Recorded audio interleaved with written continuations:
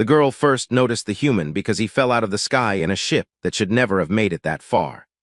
The object appeared as a streak of burning metal cutting across the pale violet clouds above the frontier desert, trailing sparks like a dying comet before it slammed into the broken dunes beyond the settlement. For a moment the ground trembled, scattering dust from the cracked towers that guarded the forgotten colony. A few scavengers looked up from their work, watched the distant plume of smoke rise into the sky, and then quietly returned to what they were doing. Crashes happen sometimes. Ships got lost at the edge of Imperial space. Most of them never took off again. The girl stood alone atop the skeletal remains of an ancient cargo freighter half buried in sand. The metal beneath her boots groaned softly as the hot wind swept across the wreckage. From there, she could see nearly the entire settlement, a scattering of narrow structures built from salvaged hull plates and reactor panels, surrounded by old defense pylons that had not fired in centuries. Beyond the settlement stretched nothing but desert and rust. The planet had once been important. Long ago, Imperial trade convoys had passed through its orbit. Now only forgotten colonies and exiles remained, people like her. Her silver eyes followed the trail of smoke rising from the dunes. Something about the crash felt different. Not the explosion, she had heard plenty of those before, but the way the ship had fought the fall. Whoever had been flying that vessel had refused to die easily. She hesitated only a moment before climbing down the jagged side of the freighter wreck.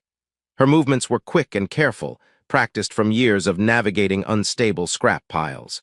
The faint glow of her skin shimmered slightly beneath the dusty wind, a subtle bioluminescence that marked her as different from most of the colony's inhabitants.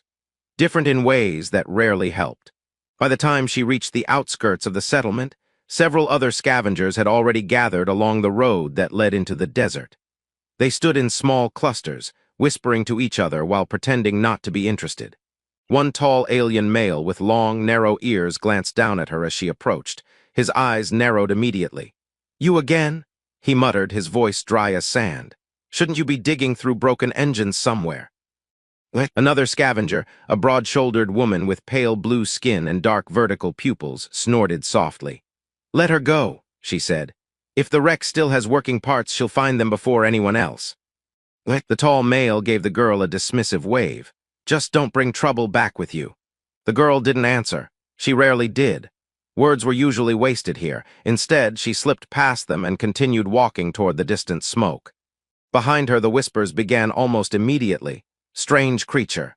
Empire says her bloodline is defective. Should have been sent off-world years ago. She won't survive much longer out there alone." The wind carried the voices away before they could reach her again. Nearly an hour later, the wreck finally came into view. The ship had carved a long scar across the dunes before slamming into the side of a rocky ridge. One of its landing struts had snapped completely, and the hull plating was scorched black from atmospheric burn. The vessel itself was smaller than most Imperial transports, with a narrow cockpit and compact engine housings built for long-distance travel. Not military, not Imperial, human. The girl slowed as she approached. She had seen human ships before, though rarely this close. Humans moved through the outer systems more often than Imperial officials liked to admit. Traders, explorers, drifters, unpredictable people. The hatch along the side of the ship suddenly burst open with a metallic clang. A figure stumbled out into the sunlight. The human pilot dropped down onto the sand, landed awkwardly, and immediately collapsed to one knee while coughing violently. "Okay," he wheezed between breaths. "That was not part of the landing plan." The girl froze several meters away. The human didn't notice her at first. He was busy patting down the sides of his flight jacket, checking for injuries. "Head still attached," he muttered. "Arms working, legs mostly working." He slowly pushed himself upright, then turned toward the smoking engine behind him. "Oh yeah," he sighed. "That's definitely broken." Only then did he see her. The human blinked. She stared back silently, standing half-hidden behind a curved piece of wreckage. For several seconds, neither of them moved. Then the human lifted one hand in a small, uncertain wave. Hello." His voice carried across the wind. The girl tilted her head slightly, studying him. Humans were strange-looking compared to most Imperial species. Shorter ears, rounder eyes, no visible luminescent markings. He looked ordinary, tired, dusty, and slightly confused. "Did you," the human continued carefully, "happen to see where the rest of my landing gear went?" The girl glanced at the shattered metal scattered across the dunes. Then she pointed silently toward a twisted piece of hull plating half buried in sand nearly 50 meters away. The human followed her gesture. Oh. He scratched the back of his head. Yeah, that'll do it. For some reason, the girl felt a faint flicker of amusement. The human took a few cautious steps closer, though he kept a respectful distance. You live around here? He asked. She didn't answer. Instead, her eyes drifted toward the open engine panel on the side of his ship. Even from where she stood, she could see the problem. The reactor feed line had ruptured during the crash. The human noticed her gaze and sighed. Yeah, I know, he said. She looks worse than she is. He paused. Well, actually she looks exactly as bad as she is. The girl stepped closer to the engine. The human watched curiously as she crouched beside the damaged panel, examining the burnt circuitry and warped conduits. Her fingers brushed lightly across the metal, as if she were listening to something inside the machine. After a moment she pointed to a cluster of cracked couplings. The human leaned down beside her. Huh. He squinted at the components. Well, I'll be damned. He glanced at her with raised eyebrows. That's exactly where the pressure loss started. The girl didn't react, but her fingers had already moved to another part of the engine. Another broken connection, another silent observation. The human let out a soft whistle. Okay, now that's interesting. He studied her more closely. You an engineer? She slowly shook her head. No. Her voice was quiet, almost hesitant. The human leaned back slightly. Well, that's weird, he said, because you just diagnosed half my engine faster than my onboard computer did. For the first time since the crash, the human smiled. It was an easy smile, not mocking, just surprised. You got a name. The girl hesitated. Very few people ask that. Lur. The human nodded thoughtfully. Lur, he repeated. Nice name. He wiped grease from his hands and extended one toward her. I'm Mason. She stared at his hand as if unsure what it was supposed to mean. After a moment, Mason awkwardly lowered it again. Right, he chuckled softly. Different customs. Behind them, the wind carried a low mechanical hum from deep beneath the desert. Neither of them noticed, but far below the sand, something ancient had just awakened. And for the first time in thousands of years, it was listening. The first problem with repairing a crashed starship on a forgotten frontier world was that everyone eventually came to watch. By the time the second sun of the afternoon began to sink toward the desert horizon, a small crowd had gathered around Mason's battered transport. They didn't stand close. They never did. The colony's inhabitants lingered several meters away, pretending to examine the wreckage scattered across the dunes, while their strange eyes studied the human crawling halfway inside his engine housing. Hand me the smaller torque spanner, Mason called from inside the compartment. Lur immediately passed him the tool without looking up from the exposed reactor line she was examining. A thin alien male with long ears, the same scavenger who had spoken to her earlier, watched the exchange with open disbelief. She understands starship repair now? He muttered to the blue-skinned woman beside him. She understood it before the human arrived, the woman replied calmly. That is worse.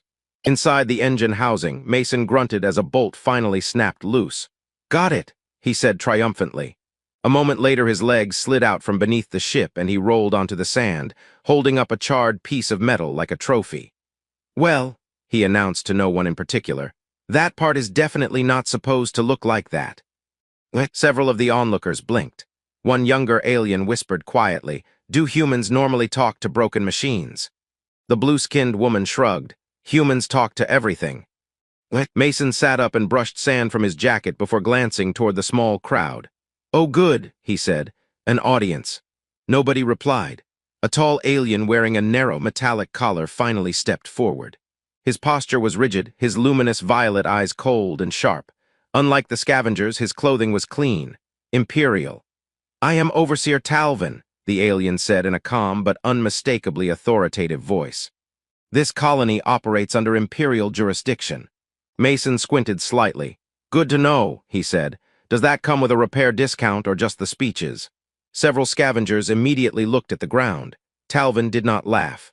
His gaze shifted slowly to Lur, who was still kneeling beside the exposed engine. You, he said. Lur stiffened. You are not authorized to interact with off-world visitors. Mason leaned forward slightly. She's helping me fix my ship, he said. Pretty good at it, too. Talvin's expression darkened. That individual is not trained personnel. Mason glanced at Lur, then back at Talvin. Well, he said casually, that's awkward because she's doing a better job than half the mechanics I've hired.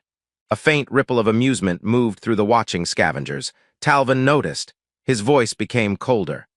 The individual you are defending is considered genetically unsuitable for Imperial service.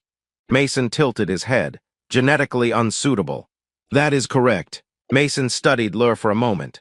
She kept her eyes on the engine, pretending not to hear the conversation. Then he looked back at Talvin. Huh. He scratched his chin. That's strange. Talvin narrowed his glowing eyes. Explain. Well, Mason said, gesturing toward the damaged reactor line, because she figured out my pressure cascade failure in about 10 seconds. He tapped the side of the engine. My navigation AI needed 3 minutes. The scavengers murmured quietly. Talvin's gaze shifted again toward Lur. For a brief moment, something like uncertainty flickered across his face. Then it vanished. The Empire's genetic assessments are rarely incorrect. Mason shrugged. Computers are rarely wrong too, he said, right up until they explode. One of the younger aliens snorted before quickly covering their mouth. Talvin ignored them. Instead, he stepped closer to the ship. You will repair your vessel quickly, he said to Mason, then leave this system. Working on it, Mason replied. Talvin's voice lowered slightly. And the girl will return to the settlement. Lur's hands tightened slightly around the tool she was holding. Before she could respond, Mason spoke again. Actually, he said casually, I could use the help. Talvin turned his head slowly. You do not require her assistance. Mason shrugged again. Maybe not, he admitted, but she makes the job faster. Talvin's expression hardened. The Empire does not recognize her technical capability. Yeah, Mason said thoughtfully. I'm starting to notice that pattern. Silence stretched between them. Finally, Talvin turned away. You have 1 day, he said coldly. Then the overseer walked back toward the settlement. The tension he left behind lingered in the air like static. Mason watched him disappear over the dunes. Friendly guy, he muttered. Lur finally spoke again. You should leave. Mason glanced down at her. That's the plan. No, she said quietly. You should leave now. Mason looked at the half-disassembled engine behind him. Unless you've got a spare fusion injector hidden somewhere, he said. This ship isn't going anywhere today. Lur hesitated. Then she pointed toward a storage compartment near the cargo hold. Open that panel. Mason raised an eyebrow. You already memorized my ship. She didn't answer. Curious, Mason walked over and pulled open the indicated hatch. Inside was a sealed crate of spare parts. He stared at it, then back at her. You've been inside this ship before. Lur shook her head. You carry common repair kits, she said quietly. Most pilots do. Mason chuckled. Well, I'll be damned. He grabbed the injector from the crate and tossed it lightly in his hand. Remind me not to play cards with you. Lur didn't understand the joke, but she noticed something strange. The human's tone. He wasn't surprised by her ability. He was impressed. That was new. They returned to the engine together. The watching scavengers slowly drifted closer now, curiosity replacing caution. For the next hour, the only sounds were wind, tools, and Mason occasionally muttering at stubborn bolts. You know, he said at one point, most places I visit, people are a little more welcoming. A nearby scavenger laughed drily. This colony is where the Empire sends the inconvenient. Mason glanced up. Inconvenient how? The alien shrugged. Political failures, genetic anomalies, unwanted bloodlines. Lur's hands froze for a moment. Mason noticed. His voice softened slightly. Sounds like a cheerful vacation spot.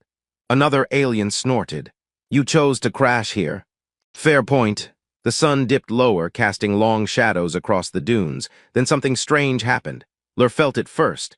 A faint vibration under the sand, almost like a heartbeat. She frowned slightly and looked down. What? Mason asked. She didn't answer. The vibration came again, stronger. The metal panel beneath the engine gave a faint pulse of light. Mason froze. Okay, he said slowly. That's new. The crowd stepped back uneasily. The light spread across the sand in thin, glowing lines, ancient symbols emerging from beneath the dunes like veins of fire. Someone gasped. Imperial relics. Talvin's voice suddenly echoed from the ridge above.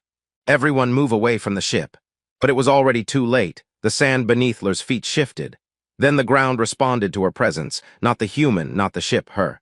The glowing patterns surged upward in a brilliant pulse of ancient alien light. And for the first time in centuries, something deep beneath the colony recognized the blood standing above it. For a moment that seemed to stretch across the entire desert, the world held its breath. The glowing lines in the sand pulsed brighter, spreading outward from Lur's feet in intricate patterns that had been buried beneath the colony for centuries. Symbols no one alive had ever seen emerged from beneath the dunes, forming vast geometric circuits of ancient alien design. The ground hummed like a waking giant. The scavengers scattered in panic. "Back!" one of them shouted. Everyone back. Even Overseer Talvin had retreated several steps, his violet eyes wide as the light reflected across his pale features. This cannot be possible," he whispered. At the center of the glowing pattern, Lur stood frozen. The light didn't burn her. It moved around her. The symbols shifted and aligned, forming a massive circular sigil in the sand. At its heart, a column of soft blue energy rose slowly into the air like a silent beacon. Mason stared at it, his wrench still in one hand. "Well," he said quietly, "that definitely wasn't part of my repair plan." The ground trembled again. A low mechanical tone echoed from beneath the desert, deep and ancient, like a machine clearing centuries of dust from its voice. The blue column of light intensified.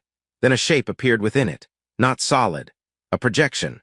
A towering holographic figure slowly formed above the glowing circle, a regal humanoid being with long, elegant ears and luminous skin like starlight. Its robes shimmered with symbols that matched the patterns beneath the sand. Every alien in the crowd dropped to their knees. Even Talvin staggered back as recognition struck him like a physical blow. "Imperial, Sovereign Archives," he breathed. The hologram turned its glowing gaze downward, not at the crowd, at Lur. Its voice carried across the desert in a calm, resonant tone. "Genetic confirmation accepted." The air vibrated with ancient authority. "Lineage verified." Talvin's face drained of color. "No." The hologram continued. "Bloodline designation, House Aranth." The name rippled through the gathered aliens like a shockwave. One of the scavengers whispered in disbelief. "That house was erased, destroyed during the Imperial Consolidation Wars." "Impossible." The hologram's voice remained steady. "Royal succession protocol activated." Lur's silver eyes widened. She looked small standing beneath the towering projection, the desert wind tugging softly at her worn clothing. "I don't understand," she said quietly. The hologram lowered its head slightly, as if acknowledging her. "You are the last living heir of the Aranth royal line." The words struck the desert like thunder. Talvin staggered forward. "That cannot be correct," he shouted. "That bloodline was purged by Imperial decree." The hologram turned its glowing gaze toward him. "Imperial decree acknowledged. Imperial decree overridden." Talvin went silent. The hologram looked back at Lur. "Your presence has awakened the Aranth Sovereign Archive. This world was chosen as the sanctuary of your bloodline during the final days of the dynasty." Mason rubbed the back of his neck slowly. "Well," he muttered under his breath, "that escalated fast." The hologram continued. For centuries, the archive waited for a surviving heir. Its luminous gaze softened slightly. Today, the blood of Aranth has returned. The light surrounding Lur intensified, casting long, shimmering reflections across the sand. Around her, the scavengers stared with expressions ranging from awe to fear. The girl who had scavenged broken ship parts for survival, the girl the Empire had declared worthless, was standing inside the awakening heart of a royal legacy. Talvin's voice trembled with barely controlled fury. "This changes nothing," he said. "The current Imperial throne will never recognize." Mason stepped forward casually. "Actually," he said, "I think it changes quite a lot." Talvin turned sharply. "And who are you to interfere in Imperial succession?" Mason shrugged. "Just a pilot." Talvin's eyes burned. "You are an outsider meddling in matters far beyond your station." Mason considered that for a moment. Then he glanced up at the hologram. "Quick question," he said. "This archive, does it record historical alliances?" The hologram responded immediately. "All interstellar alliances associated with House Aranth are preserved within the archive." Mason nodded thoughtfully. "Great." He turned back to Talvin. "Because if I remember my history correctly, the Aranth dynasty had defense treaties with about 8 major star systems." Talvin's expression stiffened. Mason continued. "And several of those systems never joined the current empire." A quiet murmur spread through the crowd. Talvin's voice hardened. You are making dangerous assumptions. Mason grinned faintly. I've flown through half those systems, he said. Trust me, they remember. Lur looked at him in confusion. You knew. Mason shook his head. Not this part. He gestured toward the glowing ruins. But I did know something was strange about this place. Talvin's voice rose sharply. This colony is under Imperial authority. The hologram spoke again, irrelevant. The word landed like a hammer. By ancient charter, the world-designated Aranth sanctuary is sovereign territory of the Aranth royal line. Talvin looked like someone had just removed the ground beneath his feet. Mason gave a low whistle. Well, that's convenient. The hologram's gaze returned to Lur. You must decide how this sovereignty will be used. Lur stood silently within the glowing circle. For most of her life, she had been ignored, dismissed, treated like a mistake. Now dozens of alien eyes watched her as if she were something entirely different, something powerful. She looked at the frightened scavengers, the same people who had struggled beside her in the dust for years. Then she looked at Talvin, then finally at Mason. The human leaned casually against his half-repaired ship. Don't look at me, he said with a small smile. You're the royalty here. Lur hesitated, then she took a slow breath. The colony stays, she said quietly, her voice carried through the desert. No one here will be removed. The scavengers stared at her, shock turning slowly into something else. Hope, Talvin tried to speak again. You cannot simply. The hologram interrupted. Sovereign command accepted. Talvin fell silent. Mason chuckled softly. Yeah, you're going to have to get used to that. The wind shifted across the dunes as the ancient archive continued to glow beneath the sand. For the first time in centuries, the forgotten world was no longer forgotten. Ships would come. Allies. Enemies, empires. But at the center of it all stood a girl who had once believed she had no future, and beside her stood the human who had simply stopped and helped fix a broken engine. Lur looked up at Mason. You could leave now, she said. He glanced at his ship, then at the glowing ruins, then back at her. Yeah, he said thoughtfully. He climbed up the ramp into the cockpit. The engine hummed as the repaired systems powered on. For a moment it seemed like he might actually go. Then the engine shut off again. Mason leaned out of the cockpit window. On second thought, he called down casually, a new queen might need a pilot.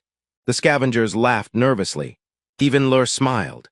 And above them, beneath the violet sky of the frontier world, the ancient lights of a forgotten dynasty burned once more.